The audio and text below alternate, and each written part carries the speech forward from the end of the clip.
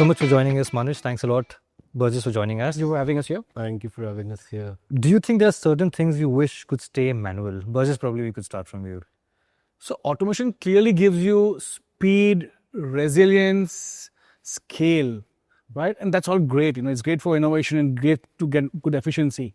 But sometimes that miss the old manual touch. Yeah. Especially for my place, I do a lot of off-roading in bikes. When I'm in the mud, when I'm mounting my gears, I prefer the manual approach. Then I put the ABS off. But apart from that, clearly scale, efficiency is the key for automation, and that's where the world is heading.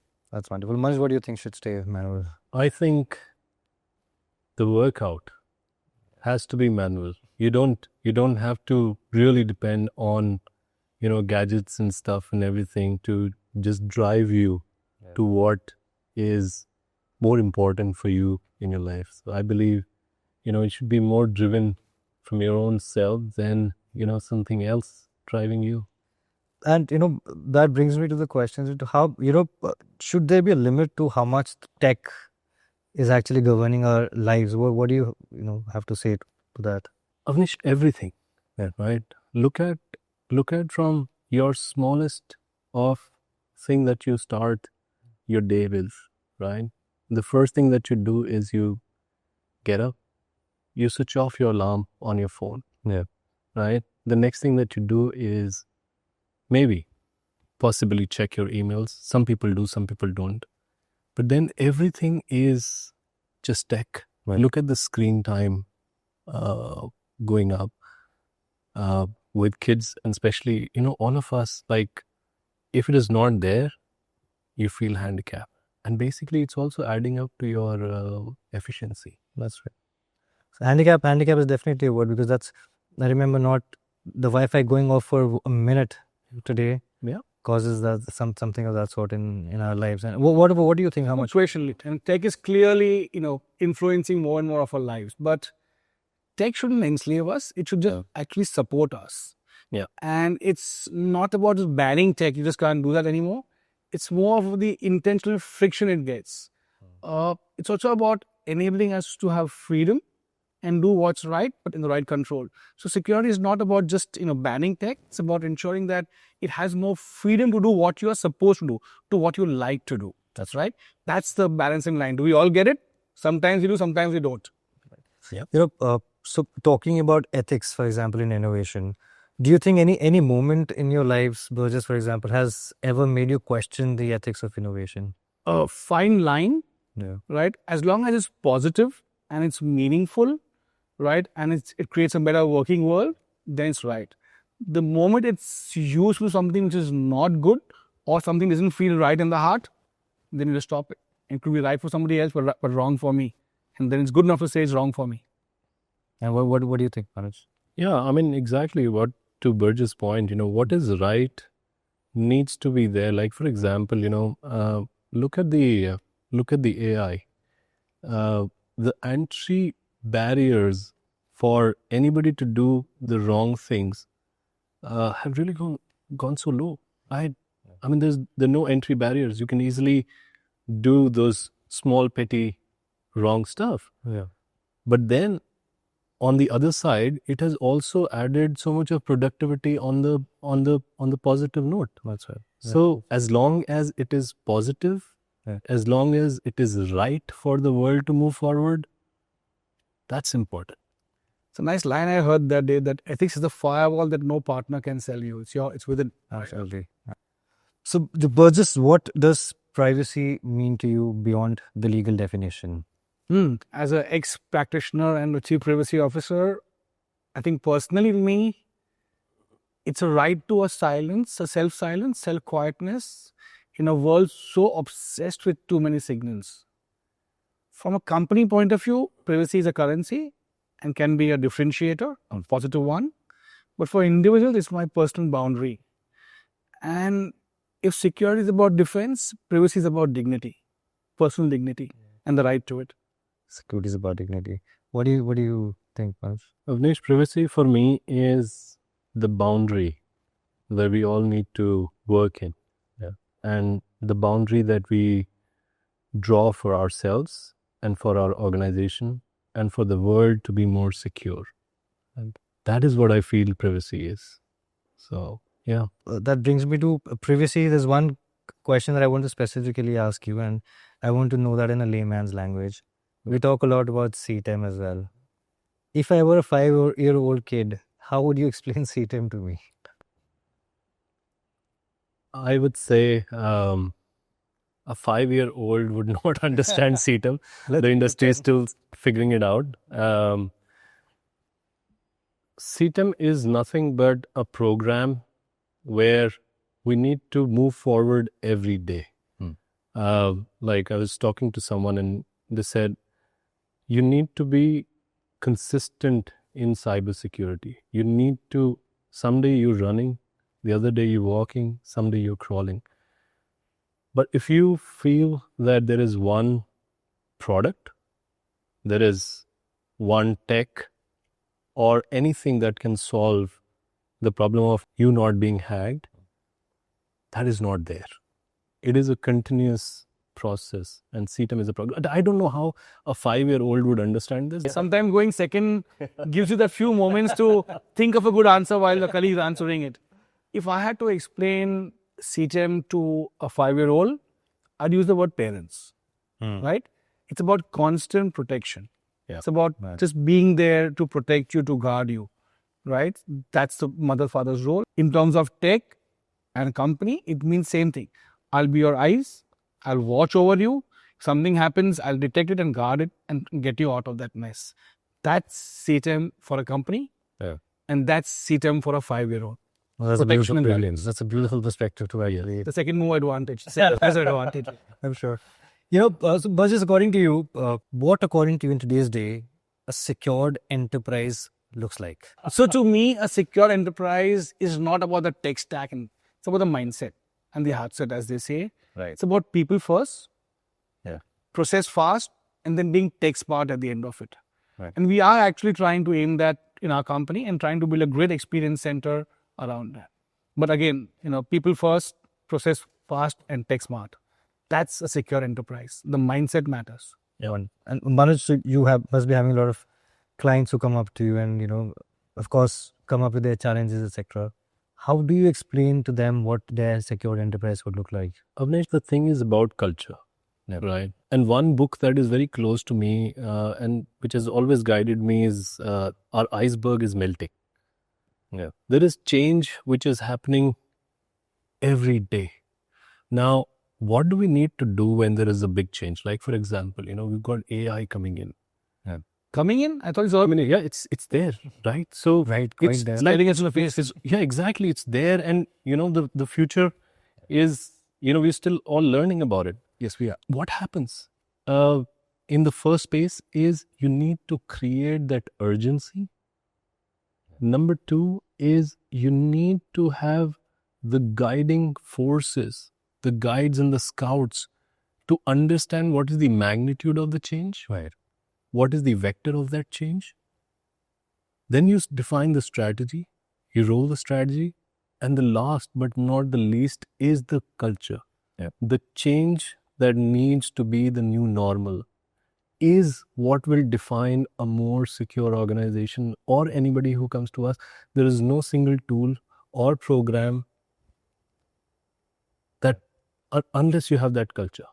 I like the Indian way of comparing it with the scouts and the guides. They are the ones who will go first and explore the new threat or the new environment, the new opportunity, and come back reporting back. So good analogy there. Absolutely, yeah. And like this guy, the main hero of this book and the fable that's talked about. I don't know if you read that, but it's all about the penguins and the iceberg is melting. And then there is a leader, there's a CEO, there's a FCFO, and everyone. And this guy Fred is the scout, and he goes and that's where the learning comes from, and all boils down to the culture. And that's the topic for your next podcast. That could actually take the entire podcast. I was coming to that. All right. Culture is one thing that has been discussed so extensively, whenever we're sitting with people, because that was often overlooked earlier, but that's become a very integral part of all the discussions that are happening for it, the changes that has happened now. When it comes to cyber risk, Manuj, if to start from you, do you think it's a business risk or it's a, kind of checkbox for the board today?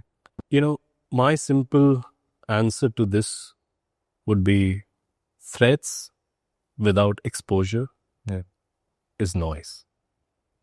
And exposure without risk context is aimless. So if you have to bring the business risk, it all has to start from there. Right. The perspective has to change, or it's changing, right? Everything can't be running in silos in multiple programs. Like, for example, a vulnerability management program or a threat intel program or, a penetration testing program running in silos with no context to the risk is no good. Do you think it's changing right now? It is. It is. So I think I have a slightly different approach. I think it starts from a business risk but doesn't end there. It extends to a people and, more important, a survival risk, right? It's actually existential risk. And if you don't do it well, you've seen companies getting wiped out, CXOs getting wiped out, right, or getting to be a positive brand differentiator, right? Good cyber, not just checkbox, actually makes you much more. See the ads of the biggest tech today. The best iPhone is being sold on privacy features. WhatsApp, privacy features. Every big tech is selling the best tech today, not on that AI tech, but on privacy, security as a differentiator. If we don't learn from that, what else? And clearly the board has an important role there. The boards which look at that will definitely outlast the ones and will come out much more superior. And it's moved from the old cliche of server room to boardroom, but it really stays. Good boards will ask for good tech, good cyber, not from a perspective of being punitive and being safe from fines, but leading the businesses to a different world as we see the big tech today leading us to our next level. Right. And personally, because the discussion that I've seen pre-COVID, that could be a different discussion, but a pre-COVID vis-a-vis post-COVID, I remember security being an underlying value that was just provided at the end of it. Whereas now it is something that, as Burgess also mentioned, you also mentioned, it's something that's being discussed. That's one of the first things that are being discussed and marketed on, frankly, when it comes to products and all. What do you think is the most underestimated link in the security chain, Burgess, according to you? I think one of the most underestimated thing would be complacency. It's a person who doesn't think twice before clicking, or more important, the person who thinks a not me syndrome. It won't happen to me, or cyber somebody else's job, or not my company, or not my role, or not me as a CXO. I'm not in charge of cyber. Right. So not me syndromes, right, can get a company so complacent or a CXO so complacent that the whole vertical of the business unit can say, oh, cyber somebody else's role, CISO's role, a whole business and its leadership can get wiped out if they are complacent on, oh, cyber is not my role. That, I think, is the biggest factor. CXOs have to say cyber is every CXO's role, right, including HR, including finance, including CEO, everybody, not just a CISO's role. And when they think that business is poised to grow and leapfrog in the future. Right. And what do you have to say? I would say, the strongest link in cyber is human, and the weakest link in cyber is the you. It starts and ends with both. And starts and ends with both. Like, look at the recent couple of breaches. What is happening?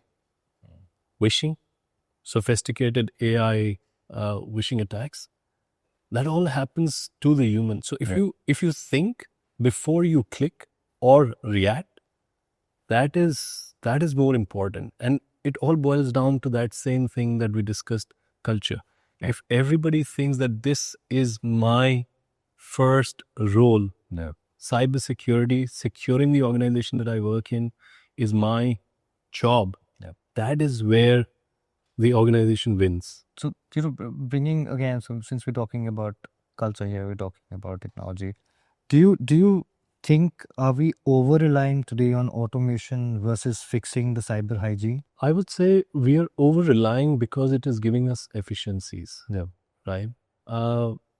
Everybody loves to put the accelerators on. Right. but we need to know where to put the brakes, and we need to know how things will change. Like, for example, I said, with the AI thing, the entry barriers for the adversaries have gone so low. Yeah.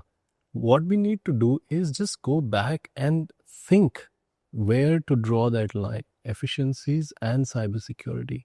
Right. And there's no right or wrong answer to this, actually. If you have to look at from an organization perspective, like, for example, large organizations, right? You can't have a single answer to this. Where do I put my brakes on? Right? Yep. I think it's a continuous process. Yeah. I think automation is more like makeup. Yeah. Hygiene is the basics in the bath, right? Basics are really important. If basics are broken, your AI can make it faster and break it faster. But really, getting the basics right and then automating it and getting efficiency, clearly that is the way to go.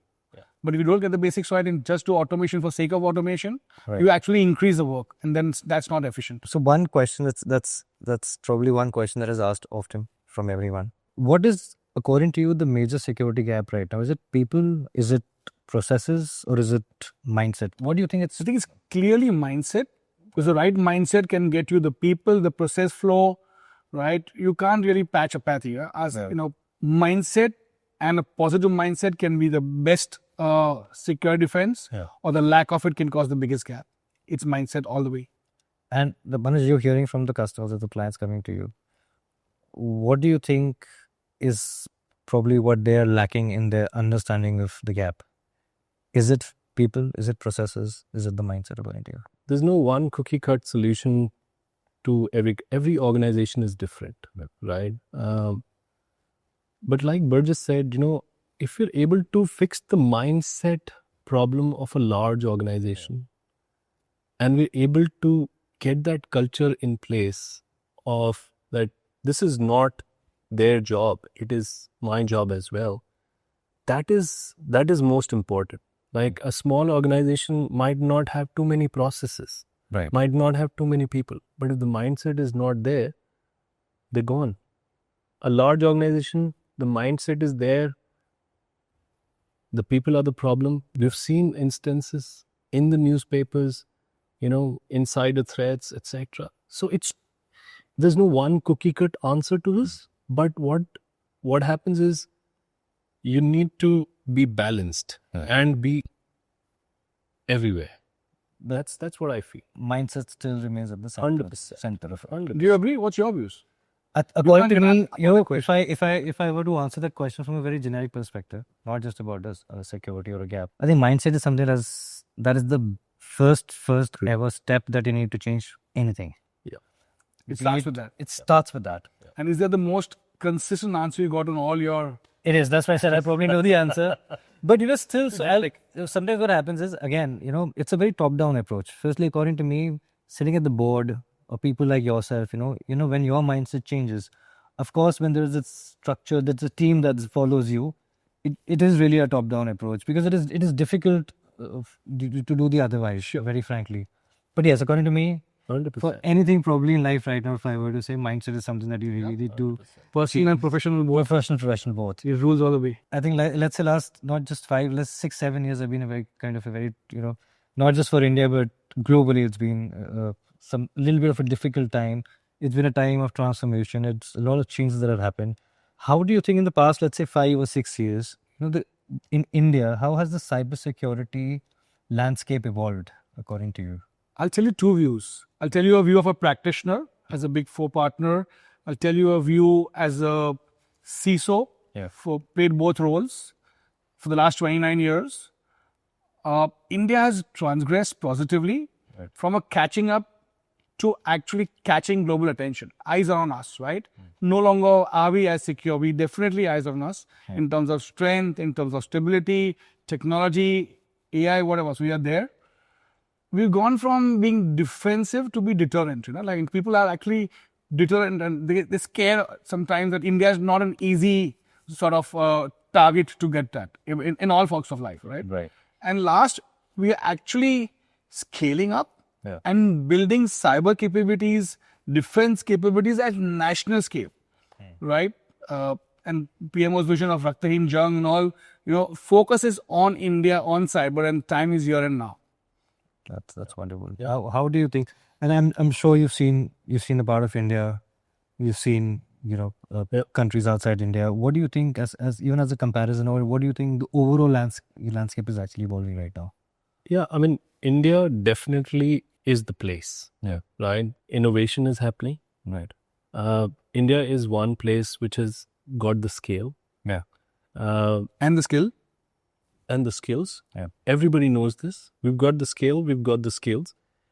And, we've become more and more competitive when it comes to the global innovations that we've always been seeing, right? And this is just the beginning. What I feel, this is just the beginning. Right. And like Burgess said, the Raktaheen Jung is all about, look at the geopolitical scenarios today. Right. Look at the state actors. Everybody is talking about it. Are we protected? The first question, and like you asked, what are the customers asking? Yeah.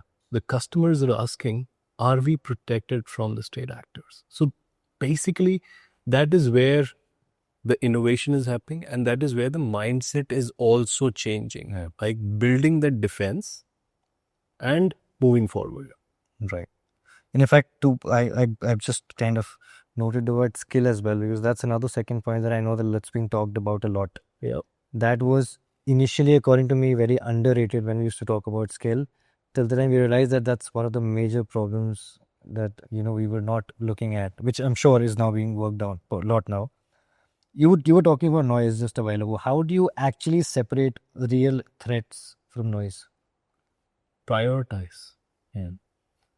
When you prioritize, when you validate, and when you know what you need to protect, right, and when you know what my exposure is, that is how you cut noise. And I believe, and Burgess would agree, things are moving from offensive to the defensive side. Like I saw your LinkedIn note last time. Things are moving from offensive to defensive. And when you move to defensive side, the noise cuts down, because that is where you know what my exposure is, what are the crown jewels that I need to protect, right, and how do I need to put that defense for my organization, right, for my home, for my country, and for myself. Right. So, yeah, that's how you cut noise. Right. So how do you separate the noise from what's important? Two ways. One, I believe, clarity of thought. Think of the intent, not just the action. Yeah. And think adversarial, not just dashboardish or business, right? If you have that, think through the clutter and clarity, and know what you're looking for, you will be able to distinguish the signal from the noise. So, Burgess, do you think, can AI truly understand OT like it does to IT? So can it? Yes, it can. 100%. It can do whatever, right? Yeah. Is it ready now? Maybe there's a path to it. So AI clearly is a bit more gritty, more physical. Right. It'll take time. And AI can do whatever it's programmed to have. It's a learning base. It can learn, adapt very fast. Right. Is that base better for IT? Yes, much better. Can that be adapted for OT? Definitely it can. That's where companies like, Gambit and all are coming in and trying to get that better. But is it ready? Maybe a little bit in time. Yeah. But can it? Obviously, it can do lots. What do you think it can, and by when do you think we should be ready with it? Yeah, I mean, Awnesh, my thing is, it's a process. It's not being ready. You have to start when you know that the threat will come. Yeah. Right. So you have to be ready now. You might not be at a bigger scale, but you need to start now. The other thing is, I'll stick to my philosophy of defense. Anything that happens in the IT or the OT environment has to do with the adversaries and their behaviors.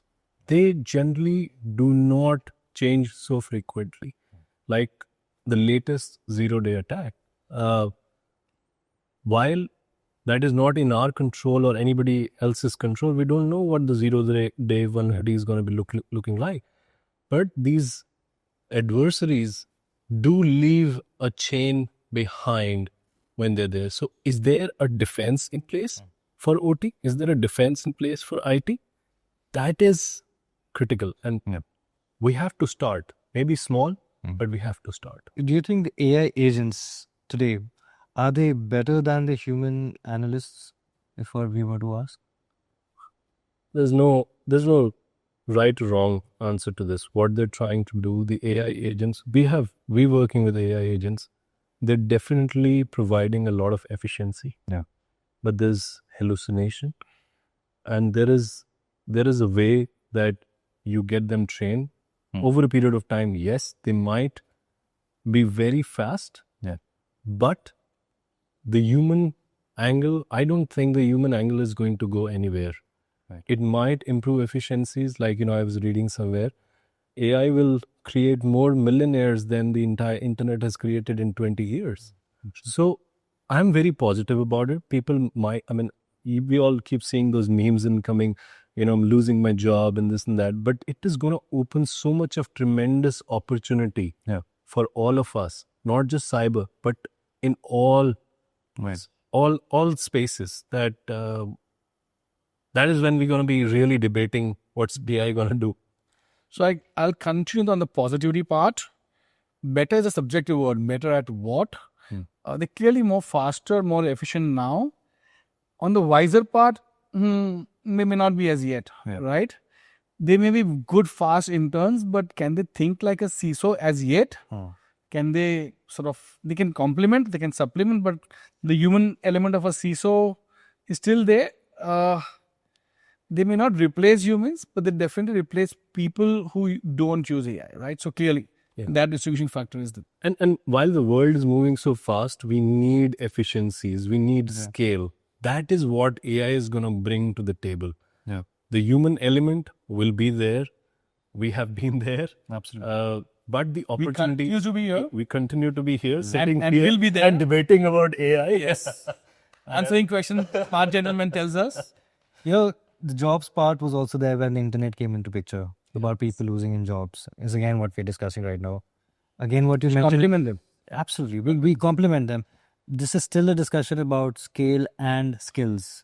And one more thing about adapting faster and learning. Absolutely. So guys who will not learn, probably, we need to focus on that. That's the base of it. COVID, for example, again, if I'm getting that into the picture, COVID was one of the major crises that anyone has ever seen in their lives.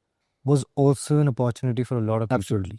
It is about your skill sets. It's about how you enhance what you know. Is something that probably Sure. we give it. Brings me to a question. What do you think, Burgess, is the biggest myth around ethical hacking? It's absolutely different question from the discussion. The biggest myth about ethical hacking is it's about breaking in and causing damage. Actually, it's about keeping the outsiders out. Right? And if you do that well, Right. then ethical hacking is succeeded in doing what it's supposed to do. Did you advocate ethical hacking? 100%. It's and again boils to defense. Are we protected? How much are we exposed? What is our exposure looking like? Right. Ethical hacking is the way to tell that I am ready. Go to the primitive world. The king and the soldiers and everybody was supposed to be in the field practicing the swords and whatever they were good at. This is ethical hacking, right? You are ready for the war. You're ready for the defense.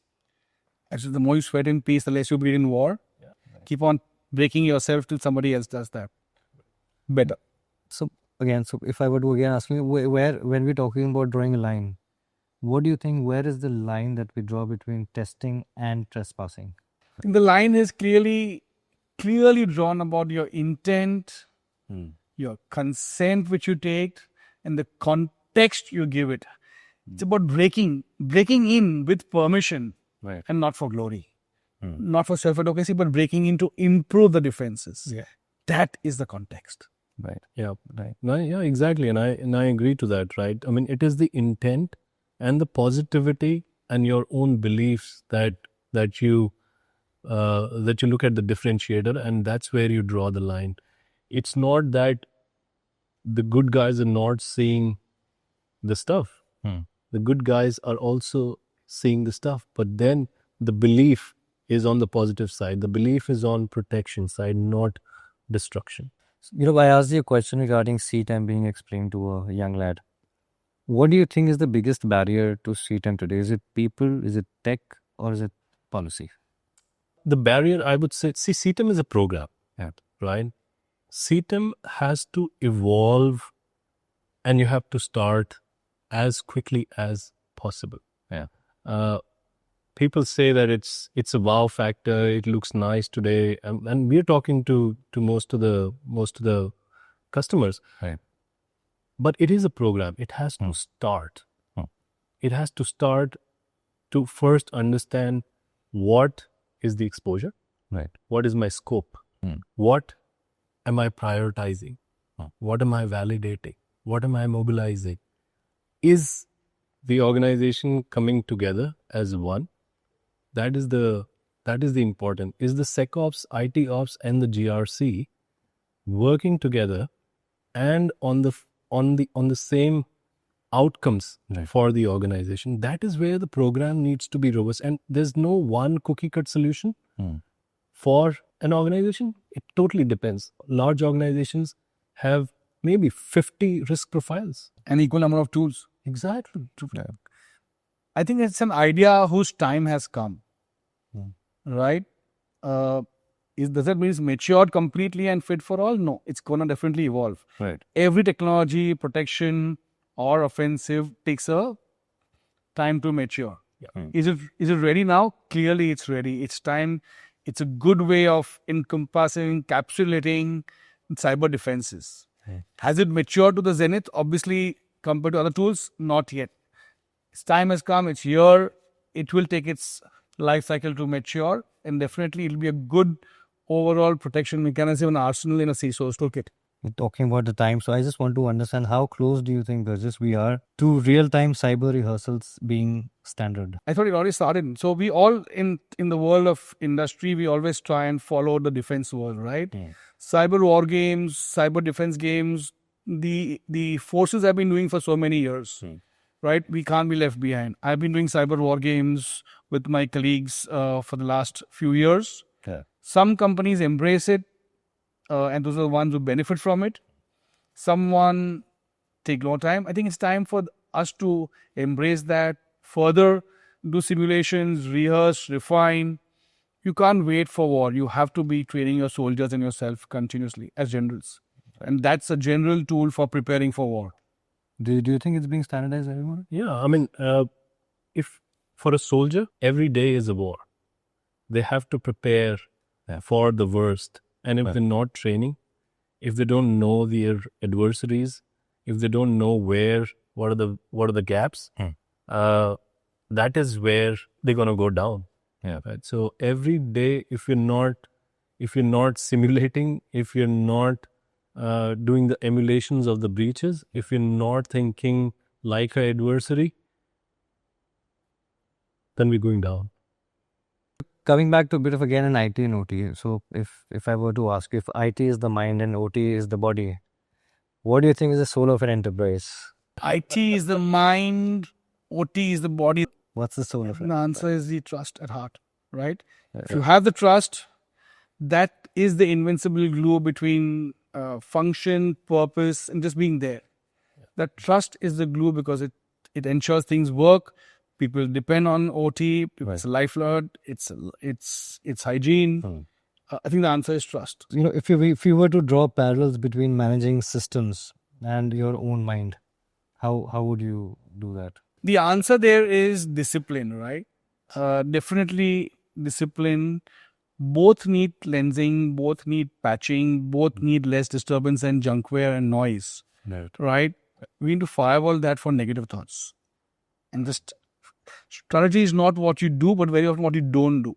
Right. Right. So if you have a focused mind approach and clarity, then I think that's a good way of drawing a parallel between systems, managing your mind, yourself, and having clarity of thought. And to that point, I can add prioritizing what is more important. Right. Will cut the noise. And that's where the discipline comes in. That's where the continuous innovation comes in. That's where every day moving forward is important. Whether I'm repeating this again, but whether you're running, walking, or crawling, but we have to move forward in this game. Right. Just to ease down the questions a bit, what's your most non-tech ritual out of office? My non-tech ritual out of office is that I run 5Ks under 30 minutes Wow. at least 3 times a week. And that is my ritual. And I get that opportunity where I live. So I just go out and I don't have to think twice. But any time of the day, Right. it's cold where I am, where I live, but it still becomes very pleasant during the afternoons. What about you, Burgess? What is it? For me, it's definitely motorbiking, feeling the wind on my face, no metrics, just motion, enjoying beauty. It's debugging for me for the brain. It's clarity. What's your favorite destination that you've been to on the bike? Lots of them. Motorbiked through the Himalayas 5 times, been to Kyrgyzstan, Morocco, been to Everest Base Camp in Tibet, stayed in a monastery below ABC at Everest Base Camp at night with my son, biking with my family. So lovely memories. Wow. Creating memories is the thing which I really like with the family. Wonderful. And there's one question that I generally ask, and a lot of people have been asking each other these days. What's your go-to therapy for a digital detox? Do you do that often, or? Not often, but I've done a couple of them. Yeah. Some of these silence courses where you are alone to yourself, no laptop, no phone, 3-4 days up in the mountains or in a place. I've done a couple of them, and you do feel come back a bit more.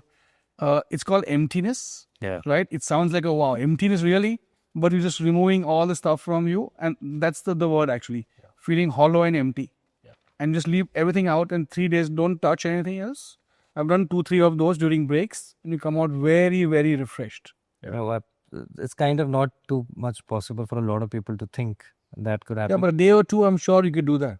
In fact, I remember asking someone over our discussion over a podcast that, what is it that sometimes is okay to be for a digital detox? He said it's very important to be bored. Yes, It's so important to be wordless. Yeah. We have let that part go out of our lives. Yeah. As kids, we grew up with that. We didn't have that much tech, but now today it's... Yeah, today we're not letting ourselves get bored. Something we just kind of pick The up. best ideas come when you're bored, right? That's what you read. That's the emptiness of the me time that you're talking about. 100%. Like, while we were in India till 2019, every quarter we used to go to an ashram, right? Because that is the beginning of the quarter that you got some time.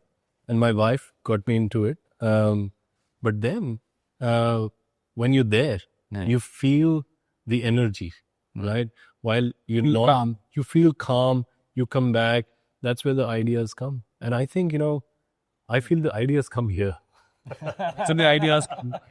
He's getting attached to run back, right? You can clearly see the signals, right? Something pulling him out here. Yeah, I'm sure. But, and Burgess asking you, when the systems absolutely go quiet at night, what is that still on your mind? Something that what we haven't thought of yet, the 0 day, the 0 hour. Yeah. Right? But also being confident that the systems you put in place, the process you put in place are working, and then you can depend on that. Right. That works. What keeps you up? Is it the requirements of the clients? Is it something that you're looking at right now? What keeps me up, Awnesh, is definitely, all the changes that are happening. Yeah. Right? The pace it is happening. When you have to really catch up to the changes, that is what keeps us awake. And obviously, like in the new avatar of a startup, most of the things keep us away. So, but yeah, the change is important. Catching up to the change, Right. that keeps us awake. There are a lot of people, I'm sure, who read what you write. They go through a lot with your experiences. So if you see that there are new tech leaders that are now coming up, and they are going to be the future tech leaders, what is one principle do you think they should never ever never forget? For me, it's clearly build and prepare for the worst day, and not just the best use case. Prepare for the worst. Keep on thinking what the worst would be looking like. Keep on preparing for that, while you can keep on improving the defenses. That would be something important. For me, Avnesh, I would say learning. I read this Dunning-Kruger effect, which says that experts in any area are less confident. And why? Because they just know how much they don't know. Absolutely. So my thing to anybody would be learn and just keep improving. Yeah. Because there's no end to any domain, whether it is cybersecurity or you're playing sitar or you're playing flute or you're doing anything. Yeah. Most of the maestros that we've seen, and I was actually had a privilege of meeting one of the maestros, and he said, "What I've learned is just to drop in the ocean." Yeah. Sure. And this clearly proves the Dunning-Kruger effect. Absolutely. Learning cannot be stopped any time. Hackers, we've been discussing this for years now, how hackers are much more smarter. Do you think the future belongs to the hackers or the protectors? On a very blunt idea. I think it belongs to both, right? It belongs to the one who's more faster, more adaptable, one who's more quicker to learn. Yeah. Right? While it belongs to both, we are betting on the protectors because we are training them ourselves, right? That's true. But it belongs to who is more faster and better. Right. I agree to Burgess. Like, it's a catch-up game. You think that the adversaries are not catching up.